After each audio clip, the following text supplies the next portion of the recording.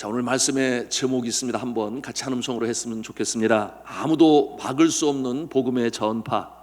아무도 막을 수 없는 복음의 전파. 막을 수 없는 복음의 전파. 오늘 사도행전 우리가 이 5장 말씀을 대하는 가운데 어떻게 생명의 이 복음이 증거되어지는가 하는 구체적인 정황을, 그 상황을 우리가 볼 수 있습니다. 오늘 본문의 상황을 이해하기 위해서는 그 전에 이루어졌던 어떤 그 모습을 볼 필요가 있습니다. 여러분, 예루살렘에 예수 그리스도를 믿는 자들이 복음으로 증거하게 되니 많은 사람들이 유대교로부터 떠나서 예수 그리스도가 메시아라고 하는, 참 구세주가 되신다고 하는 그와 같은 복음을 받아들이고 개종을 하게 되었는데 그 숫자가 점점 많아지게 되었어요. 그러니 이 예루살렘에 있는 관원들, 그들은 제사장들과 또한 사두개파 사람들이었는데 특별히 이 성전을 운영하는 그와 같은 모습들이 자꾸만 불안한 마음이 드는 거예요. 이러다가 모든 사람들이 예수를 따르는 자들이 되면 어떻게 한단 말인가, 그 같은 불안한 마음에 저들을 잡아다가 감옥에 가두었습니다. 그것이 이제 오늘 말씀 17절과 18절의 말씀인데요, 거기에 보니 뭐라고 그랬습니까? 17절 18절 말씀 같이 읽도록 하겠습니다. 시작. 대제사장과 그와 함께 있는 사람, 즉 사두개인의 당파가 다 마음에 시기가 가득하여 일어나서 사도들을 잡아다가 옥에 가두었더니 저들이 복음 전하는 것을 허락지 아니합니다. 그러니 압제하지요, 가둡니다. 하지 못하게 합니다. 그런데 놀라운 일이 벌어집니다. 19절과 20절에 있는 말씀인데요, 하나님의 손이 함께 하시는 거예요. 주의 사자가 밤에 옥문을 열고 끌어내어 이르되 가서 성전에 서서 생명의 말씀을 다 백성에게 말하라. 이렇게 놀랍게 저들을 건져내는, 구출해내는, 자유함을 입는 그와 같은 모습으로, 그런가 하면 성전 한복판에서 복음을 전하라, 이 같은 능력의 말씀으로 저들에게 말씀합니다. 그러니 예루살렘 성전, 예루살렘의 가장 중심이요 이스라엘 모든 땅의 중심, 그 성전에서 복음을 전하게 되었습니다. 이와 같은 상황이 되니 그야말로 난리가 아니었어요. 감옥에 가두면 멈출 줄 알았는데 그렇지 않냐는 것이죠. 그러니 어느 한 사람이 와서 또 보고를 했습니다. 뭐라고 그랬습니까? 25절에 보니 보소서 옥에 가두었던 사람들이 성전에 서서 백성을 가르치더이다, 이렇게 고발했습니다. 자, 이와 같은 상황에서 관원들이 다시금 사도들을 잡아 감옥에 가두었어요. 그리고 명령했습니다. 그 내용이 28절에 있는 말씀이에요. 이르되 우리가 같이 읽겠습니다. 시작. 이르되 우리가 이 이름으로 사람을 가르치지 말라고 엄금하였으되 너희가 너희 가르침을 예루살렘에 가득하게 하니 이 사람의 피를 우리에게로 돌리고자 함이로다. 이 사람의 피라고 말하고 있는데 이 사람의 피가 뭐겠습니까? 예수 그리스도의 피, 예수 그리스도의 죽음을 이렇게 표현했습니다. 이와 같은 말로 저들에게 하는 것은 우리가 예수를 죽였더냐, 그 죄가 우리에게 있더냐, 이와 같은 의문인데요, 그들은 생각했습니다. 우리가 죽인 것이 아니라 우리는 송사를 하였고 그를 죽게 만든 것은 로마의 법정 아니었겠느냐, 빌라도의 심판에 의해서 십자가에 달렸는데 왜 우리에게 복수하려고 하는 것이냐, 그 죄가를 우리에게 묻는 것이냐, 그렇게 질문하고 있어요. 그때 사도들이 아주 담대하고 준엄하게 말을 하기를, 그래 너희가 죽였도다, 그렇게 말하지 않나요? 이것이 이제 오늘 말씀에 이어지는 30절에 말씀하고 있어요. 뭐라고 하냐면 너희가 나무에 달아 죽인 예수, 너희가 달아 죽였다. 실질적으로 로마 병정들이 했으나 그러나 거기에 기초요 요소를 제공한 자들이 그들 아니었겠습니까? 자, 이와 같은 말을 들을 때에 저들의 마음이 굉장히 불안하기도 했고 또 한편으로는 분노하기도 했겠죠. 여러분, 이 사도들이 그래 너희들이 죽였다 그렇게 말할 때 그들을 정죄하고 심판하고자 그렇게 말한 것이 아니었어요.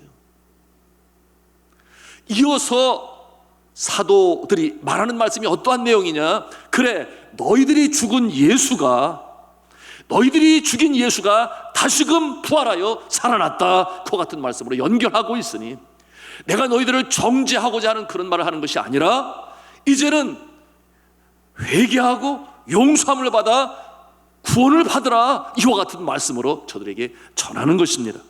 자, 이와 같은 내용이 이제 31절에 하시는 말씀인데 우리 31절 말씀을 또 같이 읽도록 하겠습니다. 시작.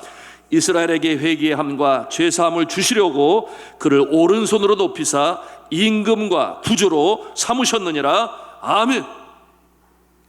너희들이 죽은 예수 그리스도를 하나님께서 살리셔서 임금과 구주로 삼으셨으니 이제 죄사함을 받고 구원을 받으라. 이와 같은 복음으로 저들에게 증거해요. 사랑하는 성도들, 우리가 예수 그리스도를 구세주로 영접할 때 구원이 임하는 줄로 믿습니다. 이것이 복음의 가장 핵심 포인트인 것이죠. 이와 같은 말씀으로 전할 때에 이 관원들의 마음이 얼마나 완악한지 변화가 없어요. 마음을 열지를 않아요. 그래서 저들이 받아들이지 않습니다. 오히려 명령하기를 복음을 전하지 말라, 그렇게 명령하지 않아요. 사도들의 태도가 변함이 없죠. 32절 말씀에 사도들이 뭐라고 대답을 합니까? 우리 32절 말씀을 또 읽습니다. 시작. 우리는 이 일의 증인이요 하나님이 자기에게 순종하는 사람에게 주신 성령도 그러하니라 하더라. 아멘. 자, 우리가 증인이다. 우리가 보고 들은 것을 말하지 않을 수가 없다. 그런가 하면 이와 같은 일을 행하게 하시는 주체가 있으니 오늘 말씀을 통해 보니 그가 누구시겠습니까? 성령님이라고 말씀하고 있어요. 성령이 우리와 더불어 증거케 하신다. 여러분, 성령으로 충만한 마음에는 영혼을 사랑하는 마음이 있어요. 성령이 충만한 마음은 복음을 전하지 않고서는 견딜 수가 없는 그와 같은 마음이 있습니다. 너무나 자연스러운 현상이에요. 그러니 우리가 영혼을 구원하는 하나님 기뻐하시는 일을 감당하려 할 때 먼저 선결적으로 해야 될 일이 있으니 그것은 뭐냐 하면 기도하는 것입니다. 주님 앞에 기도하는 거예요. 하나님, 내가 누구에게 가서 복음을 전해야 하겠습니까? 깨달아 알게 하여 주옵소서. 그렇게 간절히 기도할 때에 성령께서 우리 마음에 떠오르게 하는 얼굴이 있어요. 문제는 기도하지 아니하는 것이에요. 영혼 구원을 하나님이 얼마나 기뻐하시는, 왜 기도하잖아요? 성령으로 충만하지 못하니. 예수를 믿기는 믿는데 주님이 가장 기뻐하시는 일이 무엇인지 주님을 기쁘시게 하고자 하는 그 마음이 부족하니. 그런가 하면은 기도하지요. 어떠한 방법으로 할까요? 하나님께서 알려주세요. 이렇게 저렇게 이렇게 저렇게 지혜를 주세요. 그래서 인도하심을 따라 우리가 복음을 전할 때 영혼을 구하는 역사가 나타나는 줄로 믿으시길 바랍니다. 제가 군에서 복음을 전했어요. 왜냐하면 연대 군종병이었거든요. 2등병 때부터 980 주특기를 가지고 갔으니 제가 하는 일이 아침에 출근을 교회로 하는 거예요. 그래서 목사님 모시고 훈련장에 나가서, 또는 밤에 근무 쓰는 병사들 얼마나 추워요. 양평이 엄청 추워요. 그러면 한밤중에 12시부터 2시 사이 제일 추울 때에 생강차 끓이고 또 커피 만들어서 나눠주고 얼마나 고생이 많냐고 격려해주고, 또 예수 믿는 형제면 기도해줘요. 그러면 어떤 형제는 눈물이 글썽글썽해요. 하여튼 그러는 가운데 제가 어떤 소식을 듣게 되었는가 하면, 연대 본부였는데 주일 저녁에 예배드리는 일, 또는 수요일 밤에 예배드리는 일, 이 일로 인하여 교회에 와서 한 병사가 눈물이 글썽글썽하고 막 멍뚜껑 떠트리는 거에서 알고 보니까 예배 마치고 가면 점호 시간에 그냥 지나가지 않는 거예요. 그때만 해도 그와 같은 때였어요. 종교에 자유가 있다. 그래서 기독교, 천주교, 불교, 기천불 그렇게 말을 하는데, 여하튼 종교 행사에 자유가 있으나 그 시간에 괜히 해코지하고 내무반 일 더 많이 해야 되는데 예배드린다고 빠지고 뭐 거기에 대해서 믿지 아니하는 그와 같은 병사들이 그런 화풀이를 그렇게 했던 거죠. 그래서 기도하는 가운데 마음이 불편해요. 그래서 주님 앞에 간절히 기도하는데 그런 생각이 들었어요. 이 부대가, 특히 이 부대를 이끌어가는 장교, 특별히 연대 본부면은 본부 중대장 아니겠습니까? 중대장, 대위, 중대장이 여기에 대해서 확실히 보장을 해주면 제일 좋을 텐데, 그러면서 기도하기로 다짐을 했어요. 그런데 이분이 유교 신자고 예수를 안 믿어요. 이와 같은 가운데 제가 우리 군목된 그 당시 최희철 군인 목사님이셨는데 지금 네팔에 와서 선교사님 하고 있어요. 뭐 그럴 만한 여러 가지 이유가 있는데 여하튼 김현정 선교사님이 자리 하나 마련하면은 진급 안 하는 날 나는 바로 옷 벗고 그곳으로 가겠다. 그렇게 했는데 진짜 그렇게 왔어요. 언제 왔느냐? 중령 제대하고 대령 예편하고 네팔로 왔어요. 하여튼 그래서 그분이 그랬어요. 장교는 장교가 전도해야 되는 거 아닙니까? 이 병이 어떻게 전도합니까? 저 목사님이 전도하세요. 그렇게 제가 부탁을 했어요. 알았다. 그랬는데 어떤 일이 있었는가 하면 그 연대 땅이 넓어가지고 기보대대, 기계화 보병 대대가 그쪽으로 들어오기로 했어요. 그러니 그 넓은 땅에 막사를 새롭게 신축을 해야 되는데 그 안에 무덤들이 굉장히 많았어요. 여러분이 이 간증을 전에 들으신 적이 있을 거예요. 무덤들이 그 안에 세보니까 한 50개는 되는데 먼저 공고를 하지 않아요? 무덤의 주인들은 빨리 이장을 해라. 그래서 공고를 하고 몇 달이 지났는데 여전히 남아있는 무덤은 어떻게 해야 되는가? 이것이 연대 본부 중대장의 역할이에요. 그걸 해결을 해야 돼요. 그러니 그 무덤을 다 파헤쳐가지고 그 안에 있는 백골도 있을 것이고 안 그런 모습도 있을 것이고 여하튼 끄집어내서 남한강변에서 화장을 하는 그와 같은 임무를 맡게 되었어요. 그런데 이분이 소령 진급을 눈앞에 두고 있으니 더군다나 유교 신자이니 이 일이 쉬워요, 안 쉬워요?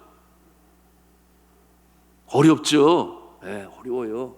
그리고 남의 조상묘 함부로 파헤치면 안 된다. 그러면서 어느 날 저를 부른 거예요. 그러면서 하는 얘기가 요즘 꿈자리가 굉장히 뒤숭숭하다고 그러면서 그래도 김 병장은 예수를 믿으니까 이 일을 맡기면 잘할 수 있을 것 같은데 좀 맡아줄 수 있냐 그래요. 그래서 제가 할 일이 뭡니까? 거기 저 불도저도 오고 뭐 개인적으로 파고 결국 나중에는 그걸 끄집어내서 창호제 이렇게 싸가지고 거기에 온 동네 그 일 하시는 분에게 넘기는 일이 그 일이다. 쉽게 얘기하면 막노동이지만 그러나 그 입장에서는 영적인 일과 연관이 되었으니 자기는 그 자리에 얼씬도 하지 않겠다 그 말이에요. 진급하는데 문제가 있을 수 있다 그런 마음을 가진 거죠. 그때 제가 그 얘기를 들으면서 제가 그 자리에서 저한테 맡겨주십시오 이렇게 했을까요? 제가 이랬어요. 제가 기도를 좀 해보겠습니다. 간절한 마음을 갖게 해야 되지 않겠어요? 그래서 제가 기도를 하고 그래 이와 같은 기회가 복음을 전할 수 있는 기회가 된다면 why not? 왜 아니겠습니까? 이러한 마음을 가지고 그리고서 찾아뵙죠. 하겠습니다. 사역병을 좀 붙여주시고요. 그래서 10명의 사역병. 그 다음에 제가 그런 부탁을 했어요. 제가 이것을 하겠는데 부탁이 있으니 우리 병사들 예배 시간에 자유롭게 예배 참석할 수 있도록 좀 훈시 좀 해주십시오. 특별히 고참들에게. 했더니 그게 뭐 어렵겠냐고. 어차피 그것은 군에서 그렇게 제정한 것인데 얼마든지 해줄 수 있다고. 잘하면은 뭐 보상 휴가까지 주겠다고 그래서 뭐 그런 건 아니고 그것만 보장해 주시면 된다고 그랬어요. 그러고 나서 파헤치기 시작했는데 그때가 비가 오는 장마철이라 비가 오고 그러면 너무 힘들었어요. 그런데 또 병사들 중에 이제 막 예수 믿고 초신자인 그와 같은 모습도 제가 불러서 사역병으로 세웠는데 그거 파헤치면은 어떤 무덤은요 정말 그곳으로 물이 흘러서 뼈가 까만색인데 놀라는 것은 이 뒤에 머리카락이 그대로 있어요. 긴 머리카락이. 그만 얘기할게요. 상상해야 돼 아마. 그걸 다 걷어내는데 그게 참 쉽지가 않아요. 그런데 어떤 무덤은 그야말로 마른 땅이라 하얀 백골이 침토되고 뭐 그런 말도 있습니다만 하여튼 그렇게 아주 양지 바른 그런 곳에 있는가 하면 또 어떤 곳은 막 돌관이 돼가지고 그 열 수 없어가지고 그 포크레인으로 막 긁어가지고 뚜껑 열고 뭐 별일이 많았는데 그러니 이 처음 예수 믿는 믿음이 약한 자는 김 병장님 안 되겠습니다. 뭐가 안 돼? 소주 5병만 사다 주십시오. 그래가지고 내가 또 군정병인데 소주까지 사왔잖아요. 안 먹으면 못 한다는데 자기가 도무지 맨정신 가지고 안 된다는 거예요. 그래서 그거를 다 해서 잘 마무리를 했어요. 너무 감사하게 마치게 되었는데 그러고서는 예배가 보장이 됐잖아요. 저는 너무나 신나잖아요. 주일 저녁도 수요일 저녁도 이제는 예배를 드리게 되시는데 어느 날 보니까 중대장님이 예배를 드리는데 들어오는 거예요. 보통 병들이 저녁에는 예배를 드는데 중대장님이 들어오니까 제가 놀랬죠. 그래서 앉아있는데 나중에 얘기를 하는데 그러는 거예요. 기도 좀 해달라고. 무슨 기도인데요? 이제 진급심사가 얼마 안 남았는데 그래도 너는 하나님을 잘 믿고 그러니까 김 병장이 기도를 하면 잘 들어줄 것 같으니까 기도 부탁을 하러 온 거예요. 이분이 좀 더 가까워졌죠. 좀 더 가까워진 거예요.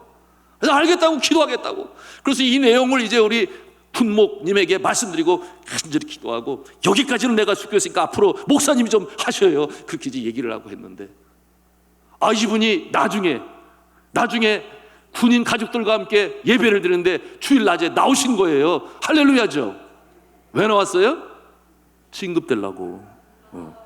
그래도 하나님께서는 초신자들을 주님 전에 부르실 때 여러분 그런 거 못 느끼세요? 처음 예수 믿는 사람이 기도 응답은 더 잘 받아요. 더 잘 받아요. 왜 그렇게 하세요? 좀 더 가까이 들어와라. 하나님께서 그렇게 하시려고 살아계신 모습을 보여주시는 것 아니겠습니까? 그래서 간절히 기도하고 예배를 드리는데 소령 진급심사에 됐을까요? 안 됐을까요?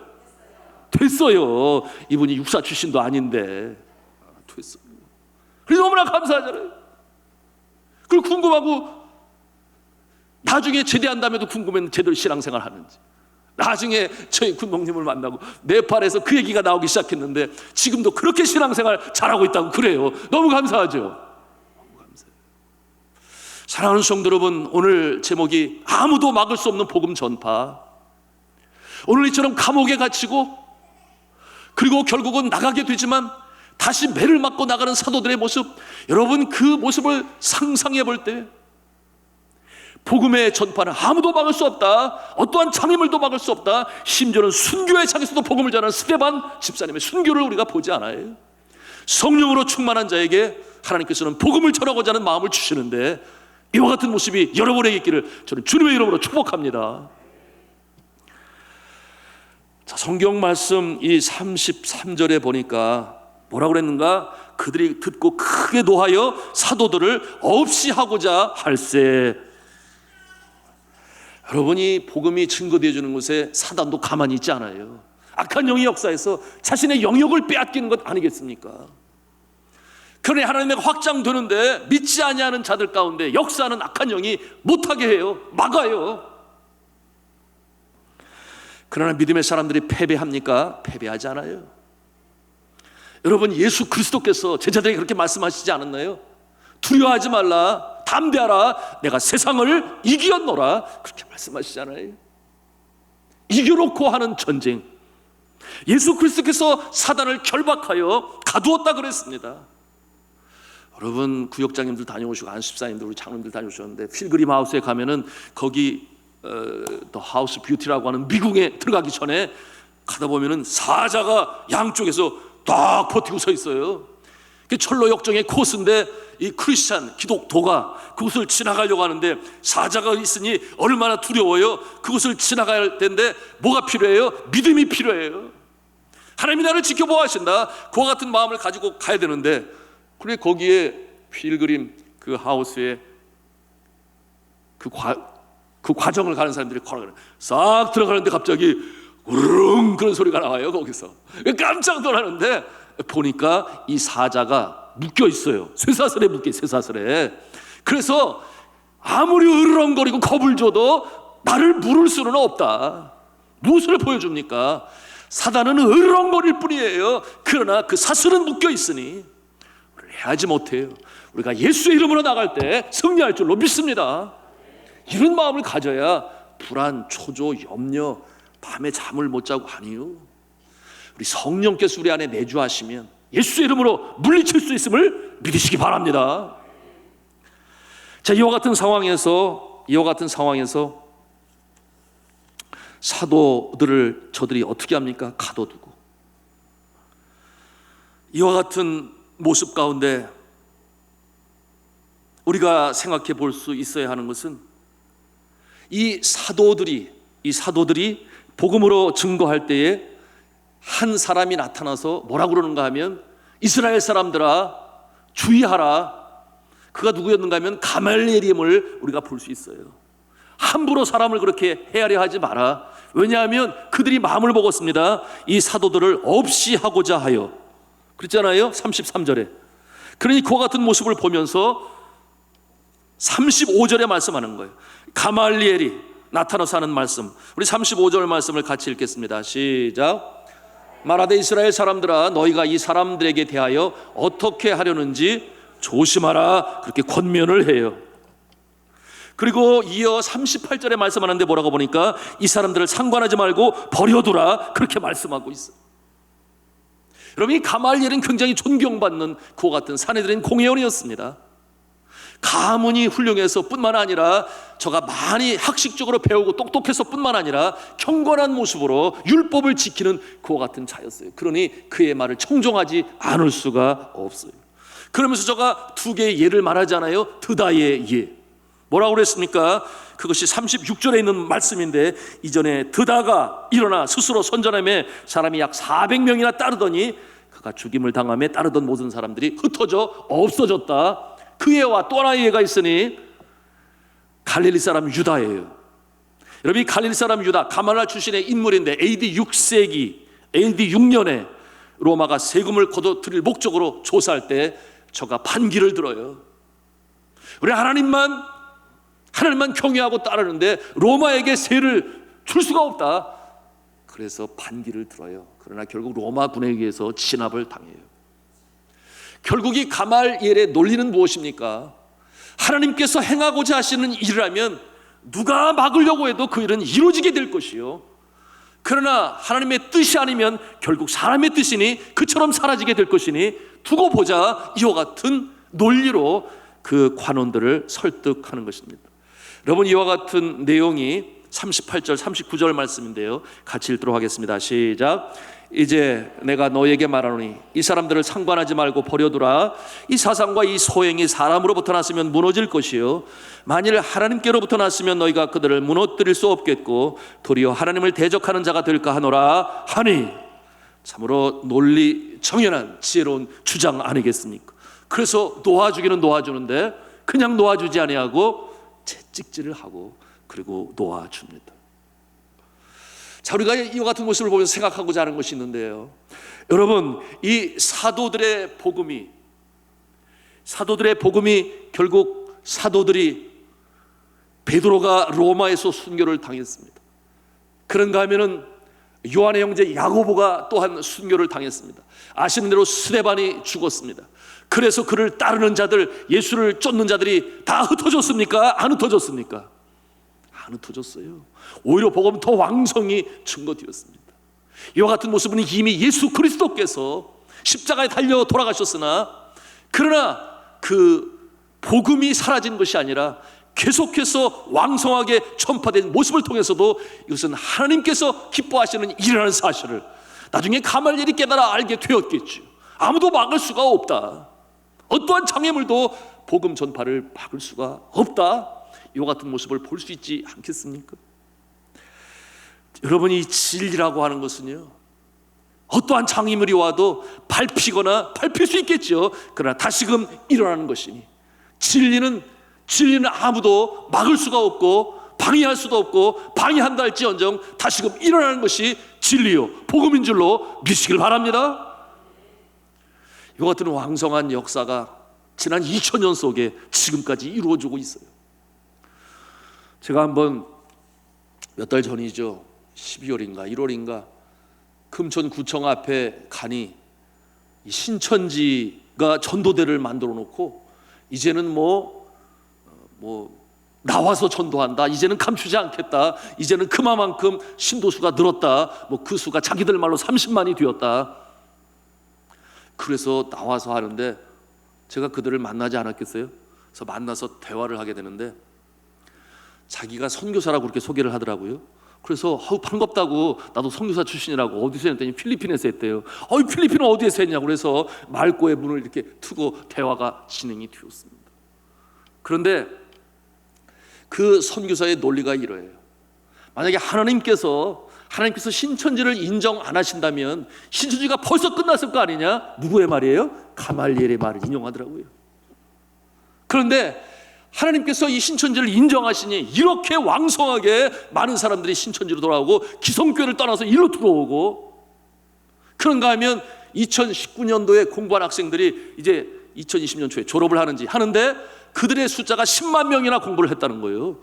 이렇게 성경학교 졸업생이 많은데 그래도 하나님이 인정하지 않는다 말할 수 있겠느냐, 이와 같은 논리로 저에게 말을 하더라고요. 여러분, 이와 같은 모습을 보면서 제가 가만히 그 모습을 보니까 참 어리석기도 참 어리석다, 이런 생각이 들었어요. 제가 뭐라고 말을 했냐면, 지금 신천지가 시작된 지 몇 년이나 됐냐, 잘 모르더라고요. 36년, 기름은 40년 됐는데, 그 전에 박태선이라고 하는 분이 얼마나 많은 사람들을 모아서, 그래서 여러분 박태선 전도관 기억하세요? 그래서 여기저기에 신앙촌을 만들고 그 세력이 정말 컸습니다. 그리고 그들이 기적을 일으키고 많은 일을 행하여 그처럼 신도들을 늘려갔으나, 그러나 저가 34년 만에 결국 나중에 어떤 모습들이 나타나요? 그의 가족들이 갑자기 죽게 되지를 않나, 본인은 당뇨병의 합병증으로 인해서 결국 저가 죽게 돼요. 저가 마지막에 천부교로 바꾸면서 뭐라고 그랬는가 하면 자신이 하나님이다, 그렇게 표현을 했어요. 그리고 예수 그리스도는 사단의 자식이다, 그렇게까지 이 천부교의 교리를 얘기했는데요. 하나님이 기뻐하시나요? 그리고 저가 죽게 되니 그 다음부터 완전히 급격하게 쇠퇴되어 버렸는데, 그 얘기를 하면서 지금 이제 신천지가 36년 되었다. 그런데 기독교는 몇 년이 됐는 줄 아냐? 제가 이렇게 물었어요. 오늘 이 사도행전 초대교회가 시작한 이후로 2000년의 역사 가운데 지금도 하나님의 백성들이 늘어나고 있으니, 이제 전 세계 3분의 1이나 되었고, 지금도 선교지에서는 계속해서 하나님의 백성들이 늘어가고 있으니 여기에 대해서는 뭐라고 말하겠냐, 제가 이렇게 물었어요. 말을 못하더라고요. 두 번째, 지금 10만 명 신학생을 배출했다고 자랑하고 있고 하나님의 능력이라고 말을 하고 있는데, 이 세상의 기독교 교회들, 그리고 교회들에 의해서 세워진 신학교들에서 작년에 신학생들이 몇 명이나 졸업을 했는지, 2000년 동안 몇 명이나 졸업했는지 그 숫자는 알 수 없는데 거기에 대해서는 어떻게 생각하냐고 제가 또 그렇게 물었어요. 그랬더니 이 두 명의 신천지 전도하는 분이 말을 안 하고 가만히 있더라고. 이렇게 말을 안 하고 가만히. 제가 얘기를 했어요. 나는 여기 롯데 아파트 살고 있는데, 그리고 저기 보이는 산돌중앙교회 담임 목사인데 잘 됐다고. 내가 지나가면서 이제 자주 들을 테니까 다음에는 이 이만희 씨가 어떤 사람인지 제가 자료를 가져와서 좀 여러분에게 좀 공개하겠다 그랬어요. 근데 말 안 하고 가만히 째려보더라고, 저를 까치눈을 하고. 그래서 마지막으로 한 말이 뭐냐면, 우리 교회 요즘에 신천지가 나오는데, 신도가 오는데, 신천지 신도 계속 우리 교회 오면 나도 거기 뭐 공부방인지 뭐 성경 공부방인지 뭐 교회인지 나도 찾아갈 테니까 좀 주소 좀 가르쳐 달라고. 그랬더니 안 가르쳐 줘요. 근데 하는 말이 그래요. 아무나 들어올 수 있는 데가 아니라고. 그래서 나 같은 사람도 못 들어갈 때 뭐 성경 시험도 치고 뭐도 있고 막 그런다 그래. 이게 핑계죠. 그런데 그러고 나서 다음에 가서 만나려고 보니까 없어졌어요. 제가 그래서 없었다는 그런 얘기가 아니라 전략이 바뀌었는지 자주간 사라졌는데, 그러고 나서 그 이후로 우리 교회 신천지 신도도 얼씬거리지 않게 되었어요. 너무나 감사했는데. 자, 사랑하는 성도 여러분, 진리는 멸망하지 아니하고 계속적으로 증거되어지고, 언제까지 증거되어지겠습니까? 주님 오시는 그날까지. 이 땅의 3분의 1이라고 했습니다. 이 땅에 사는 사람이 몇 사람이나 되는가? 74억 명으로 추산하고 있습니다.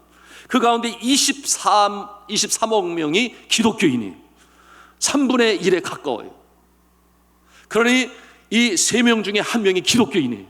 우리나라는 어떠한가? 우리나라는 그렇지 못해요. 전에 그랬어요. 기독교와 천주교가 합쳤을 때에 30%가 넘었어요. 지금은 28%예요. 하여튼 그와 같은 상황에 있는데, 여러분이 이 진리, 하나님의 말씀 계속해서 확장되어져 나가고 선교지마다 그런 모습을 볼 수 있는데, 오늘의 말씀을 통해서 우리의 마음에 담기를 원하는 것은, 그래, 성령님이 함께 하셔서 그렇게 복음이 증거되어지고 어떠한 핍박, 환난, 채찍에 맞아도 감옥에 갇혀도 복음으로 증거하는 그와 같은 모습이 있었기 때문에 이 복음이 오늘날 우리에게 왔고, 우리가 구원받은 줄로 우리가 믿는다면 우리도 복음의 빚진 자의 모습으로 일을 해나가야 되지 않겠느냐 하는 것이 영적 교훈인 것입니다. 사랑하는 성도 여러분, 우리가 이 밤에도 주여 내 마음에 성령으로 충만케 하여 주셔서 내가 전도할 대상자를 보게 하여 주옵소서 기도하시기 바랍니다. 하나님께서 떠오르게 하세요. 방법까지도 알려주세요. 그리고 영혼을 구하는 기쁨을 맛보게 하시는, 우리가 정말 하나님의 자녀라면 이와 같은 모습으로 전진해 나가실 수 있기를 저는 주님의 이름으로 축복합니다.